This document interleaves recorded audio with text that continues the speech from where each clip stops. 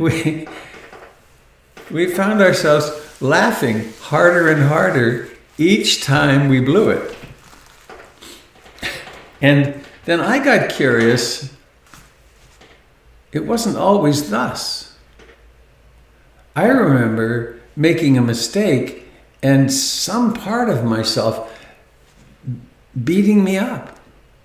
Like, that was really stupid. You should have seen that, and you've wasted, you have wasted material now, and there's instead we both found it hilarious. And I was curious. Larry is retired now, but he was a master psychotherapist, and we traded people back and forth, referrals for decades, and we did an investigation. What's changed? Something's changed. That it's a small problem. It's not a big problem, but what's changed that it's okay to make a mistake, or that it's funny?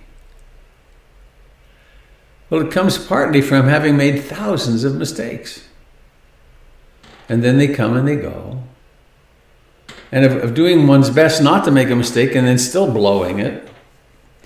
And realizing that over time, one's self-esteem, one's willingness to be imperfect can grow. And part of how it grows is through careful observation of how often we blow it, how often our perception is inaccurate or our actions are inaccurate. So the personality is impermanent. It evolves over time, and we can devolve and become more and more and more rigid and tight and angry and grumpy, or we can evolve in another way and become more loving and compassionate through accepting things as they actually are. So, anicca. Early on in my training, I did a 2-month retreat, at the end of which it was very intensive. It was like 16 hours a day of sitting and walking. Perfect for a 24-year-old guy. Intense. And at the end of the retreat, I went for a walk with my teacher, and I felt terrific. It's like, finally I'm out in the world again. But I also felt a little bit crestfallen, I guess. It's like, because I hadn't gotten everything under control. And I said, the main thing I learned is that everything's out of control and impermanent. And we were walking down the street. He stopped and stepped in front of me, and he said, "Congratulations, you have successfully completed the retreat." Because my denial about permanence had been shaken deeply, which is another step in moving in toward living in reality. And now one last thread I want to tie into this.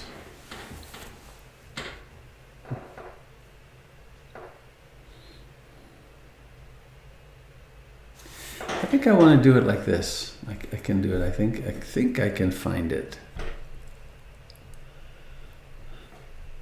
This.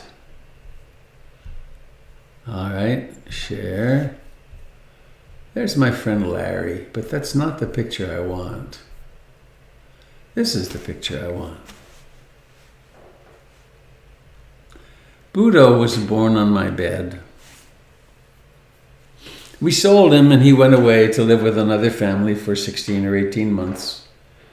And then he came back because of the woman had fallen in love with a fellow who couldn't have dogs or pets in his apartment. And it was a sad story. There was a little boy involved, and this was his dog. But Buddha came back. He's 14 and a half. He's pretty healthy. He's on, Jennifer's a veterinarian, and we have him on an anti-inflammatory for pain. And every day, it's happened twice today,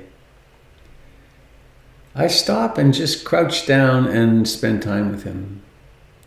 And he loves it. He's become more, he's a husky. He became was wild as a puppy. And he's become more and more gentle and soft, and he loves being loved, of course, just like all of us. And I see him out in the grass often. He loves to lie in the sun, and he's skinny, and he gets as flat as a carpet. And when I see him like that, I often think that's how he will look like. That's what he will look like in death. And it's not far away. And it makes him so precious to me. Not in a maudlin sort of way, but in a, oh, right. It's you. He gets up on the bed, and we have a little ritual. He jumps up on the bed and kind of throws himself on his side, and then I pat him for a while till he gets really soft. He melts into the bed, and so do I. Why would we not do that in our relationships? Again, not in a maudlin sort of way. It's like, oh no, you're going to die. And it's not about getting anxious about it. It's about softening into loving.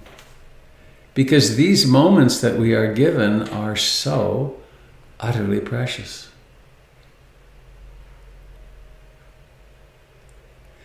And sometimes we have grieving to do. Sometimes our heart is broken, so we don't think we'll ever be able to breathe again or go on.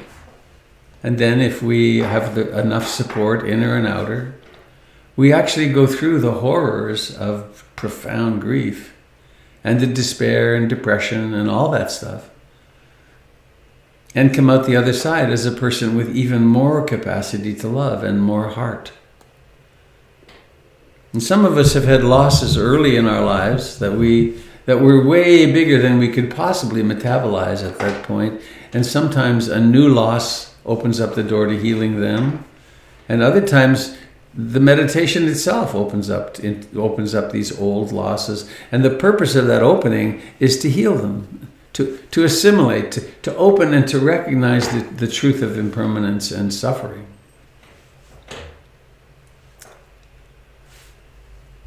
So, oh, it's gone. Oh, I know what happened. Please bear with me a second. No, I don't. No. Yes, I do. I want to do that.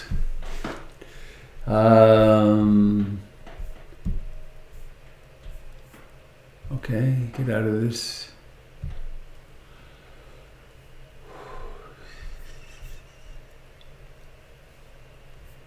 Huh.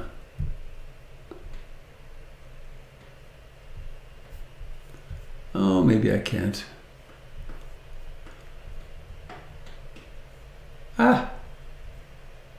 Share, close this. I wanted to find something here. Maybe I can't.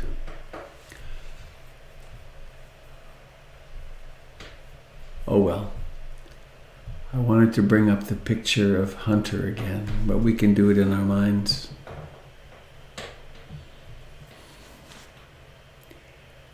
As a parent, I've had as a fear. I remember the first time I put my son Luke, my oldest child. He was over a year, maybe 16 months. The first time I put him in a car seat in someone else's car.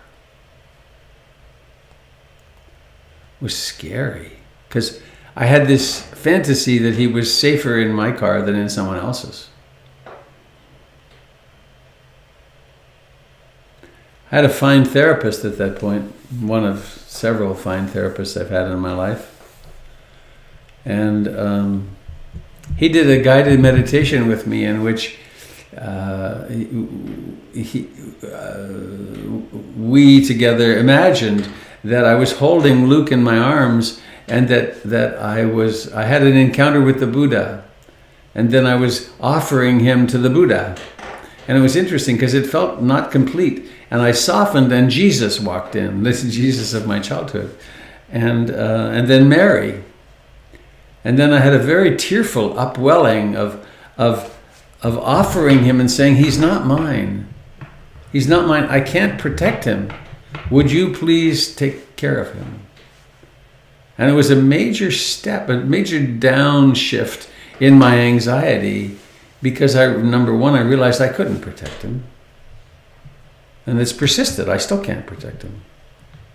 But I could relinquish him to the universe. I could realize that I'm being given some time, some visiting, before one or the other of us disappears.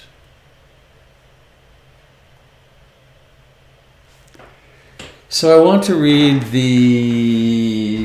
where did I put it? How can I, here, no. How can I put something down and it's under my keyboard. I want to read this, where I started with the Buddha. Here it is. A very comforting phrase or two.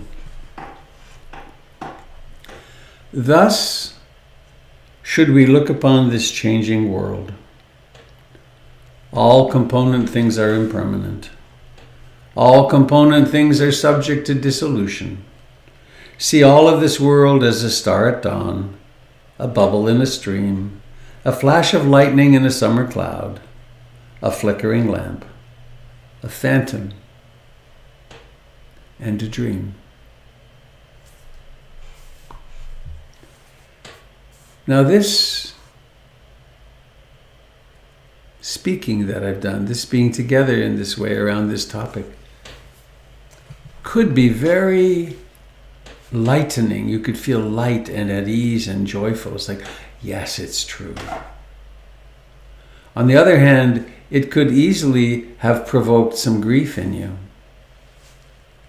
It could illuminate some place where the heart and mind are holding on and where there's grieving to do. And please don't think you've done something wrong if that's the case. That's completely right. That as we open up into what's really true, we have layers of grief to go through, and confusion and disliking and denial, and it's all part of the practice. So please be gentle and merciful with yourself. And hold yourself and your losses close to your heart. And also let's hold Luna, my dear friend, in our hearts today. And your partner, Amy. What a time for them.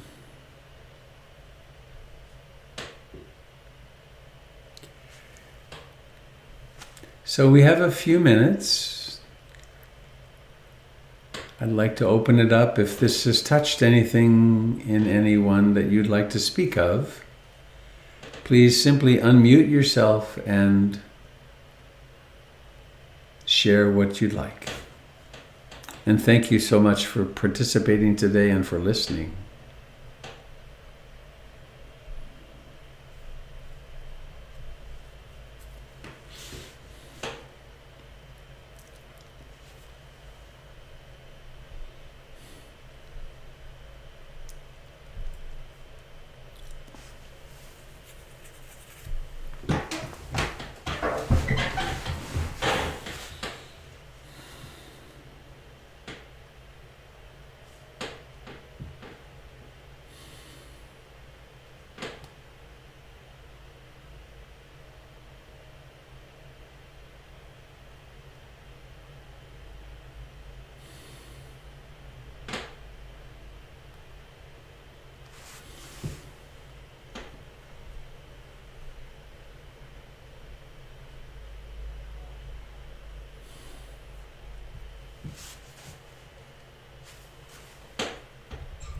Hello, it's Allison.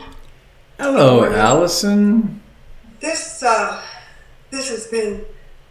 really hit me hard, not just about Luna, but about loss. And there's a large loss. So much of what's happening right now in our country and in the world. And the thing that when you were talking, Robert, read the poem in the beginning. I love this because this part that says, let's grieve our losses fully like ripe human beings. Mm-hmm. And I could identify with that. I feel like a ripe human being. I feel ripe because I've been meditating for a long time. I observe the external and the internal and the either or together. And by being able to do that, I can grieve fully. And the other day, I had one of those grief days, I call them, I guess, of being a ripe human being for grieving, of tears, of overwhelm, of all of that. And my granddaughter and my daughter are moving away, and she's going to be 8 in a couple of weeks. And I'm grieving that. But then it says, but please let's not be shocked by them, by the grief, by what is happening to me. And that was, and I've read this poem before, and I've heard you read it before. I love it.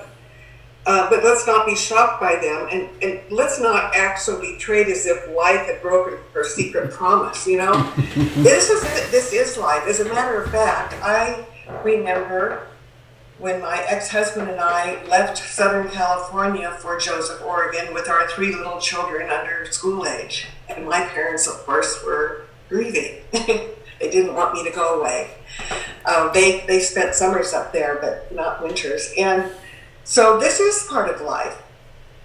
And then, but that part that says, let's grieve, we can grieve because, like right human beings, that's what Luna's going to be doing, you know, because she has to. She can't just say, "Oh, come on, you know, Anicca, change, life changes."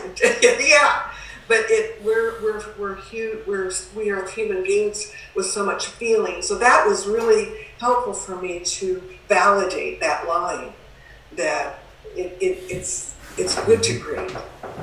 And to show it, and to feel it, and talk about it, and cry, and get over it, and then do it again until it starts to feel better. Sometimes it takes a really long time. I just wanted to share that strong feeling I have about it. Thank you. How's your recovery going?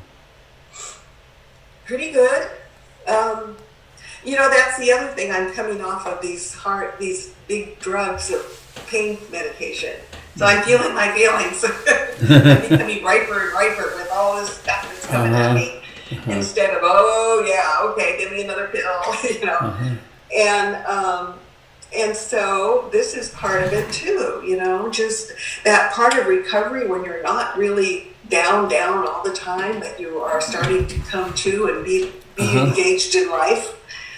Great. So that's where the Dharma has really come in handy for me. And reading your book, you know, I just pick it up. It's got all of the things that I've heard you tell me before. And I get to, oh yeah, I love that part, and I'm going to practice that now. Great. So it's not fun, you know, it's not always great. I can't do what I want to do and but it's getting better, and I am, I guess I'm ripe for recovery too. Terrific. Yeah. Yay. Thanks. Thank you.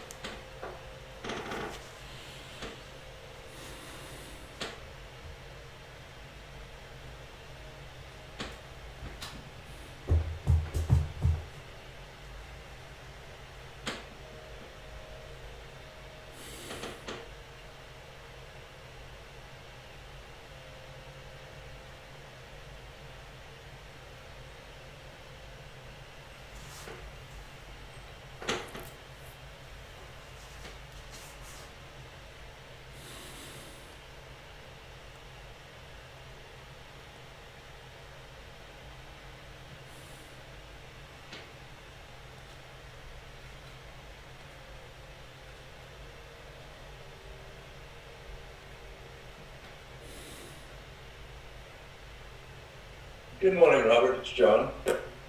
Hello, John. Perhaps on a little lighter note, I was wandering around in my computer the other day and stumbled across my copy of the 927 or 928 eschatological truths that you had mentioned, I think a couple of Sundays ago, perhaps. Mm-hmm. And I'd be happy to send it on to you. If you I'd like that. Yeah.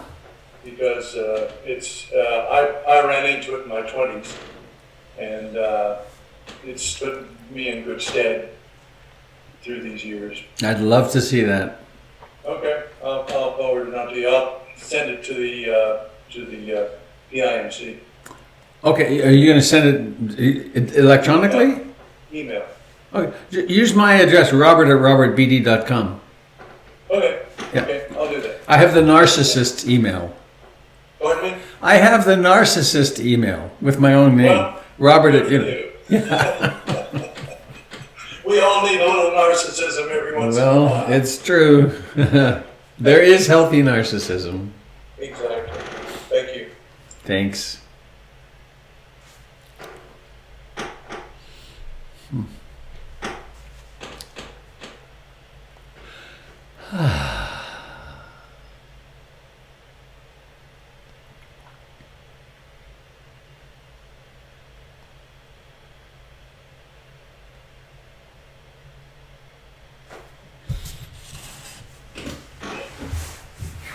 Robert, Vic. Hello, Vic. Hi. I've always been a little puzzled by the refrain, which says, "Watch the arising of the body and passing away of the body."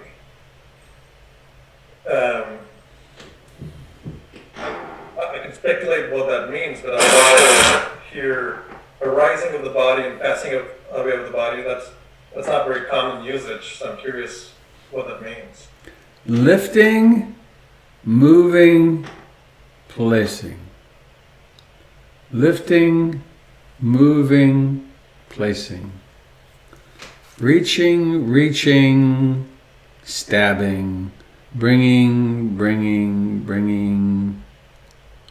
Lowering, opening mouth. Lowering. Chewing. Swallowing. Gone. That's observing the beginning, middle, and ending of everything. We could even hear eyes blink, gone. Eyes open, born again, vision. Hearing a sound. That's what I think it's referring to at the bare attention level, which we don't tend to do. We tend to live several layers into abstraction.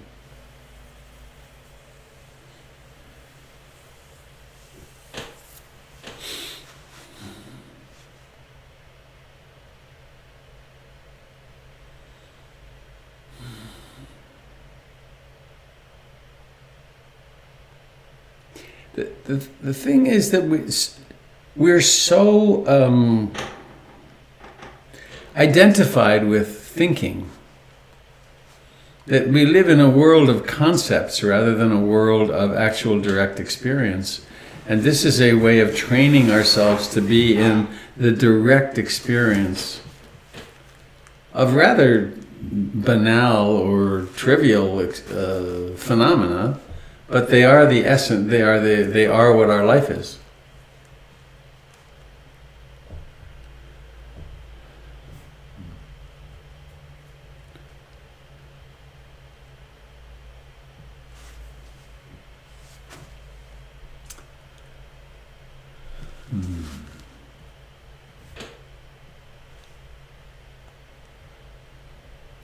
So it's just turning 12, and I need to not run over very much today.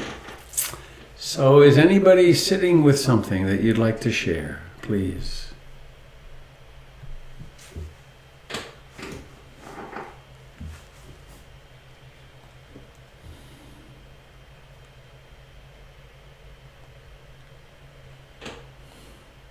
So in just a few moments, we'll sing our little song, and then we'll do the ritual of saying goodbye, goodbye.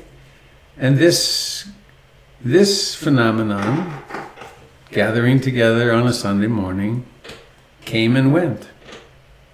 And then there's the rest of the day. Well, we don't know what'll happen. We may have plans, but for the rest of the day, you could be surprised. You could take delight in the surprise. Wait, I thought this was going to happen, and now it's that.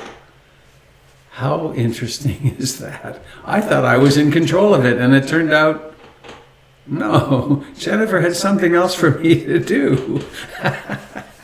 We're getting the backyard cleaned up. You never know.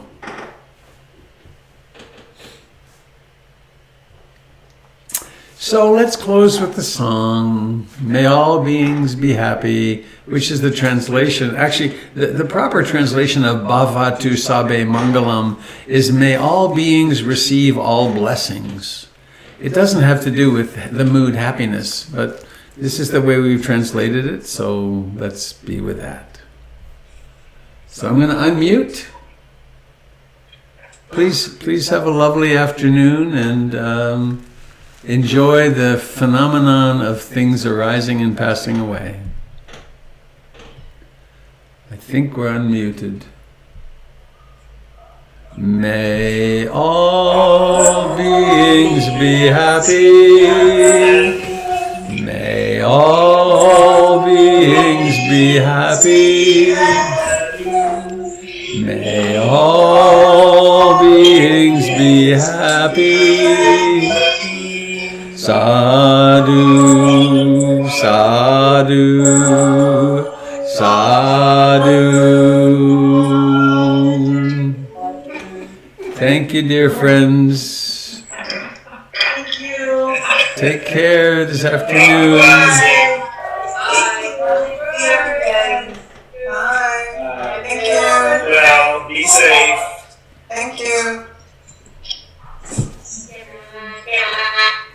Don't forget to wash your hands and wear your mask.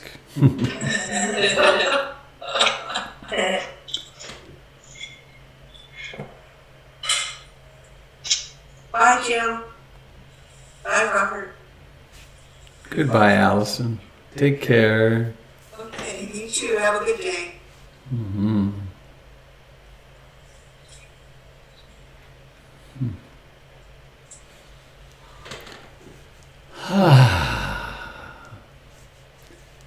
Goodbye, Denise and Steffi and Susan and Michael and Grant and Maria Cristina and Roseanne and Joan. Bye, Robert. Goodbye. Adios. Have a lovely afternoon. Hasta la vista. Goodbye, dear friends on Facebook and YouTube. It looks as though this worked well today, and I'm glad.